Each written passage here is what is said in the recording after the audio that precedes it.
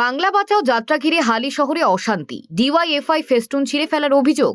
আগামীকাল 15 তারিখ সিপিএম এর বাংলা বাঁচাও যাত্রা উত্তর 24 পরগনায় প্রবেশ করবে। এই কর্মসূচিকে কেন্দ্র করে শনিবার থেকে হালি শহর জুড়ে প্রস্তুতি শুরু করে ডিওয়াইএফআই হালি শহর লোকাল কমিটি। শহরের বিভিন্ন এলাকায় দলীয় পতাকা ও ফেস্টুন দিয়ে সাজানো হচ্ছিল। তবে সেই প্রস্তুতির মাঝে অশান্তির ঘটনা সামনে আসে।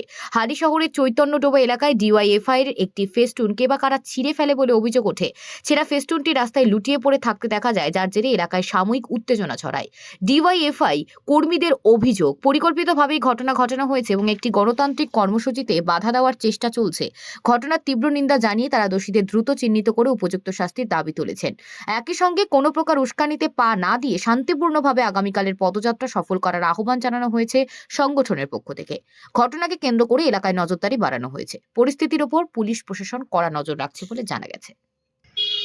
আজকে সকালবেলায় অর্থাৎ আমরা সিপিএম পার্টির পক্ষ থেকে আগামীকাল আমাদের যে বাংলা বাঁচাও যাত্রা এই অঞ্চল দিয়ে যাবে, আমাদের কমরেডরা আজ সকালবেলায় আমরা আমাদের পার্টির যে ব্যানার অর্থাৎ বাংলা বাঁচাও যে ব্যানার, সেই ব্যানার আমরা এই চৈতন্যডোবা অঞ্চলে এই দেওয়ালটাতে আমরা লাগিয়েছিলাম।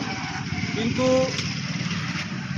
কে বা কারা তারা এই আমাদের ব্যানারটাকে তারা ছিঁড়েছে এবং মাটিতে ফেলে দিয়েছে।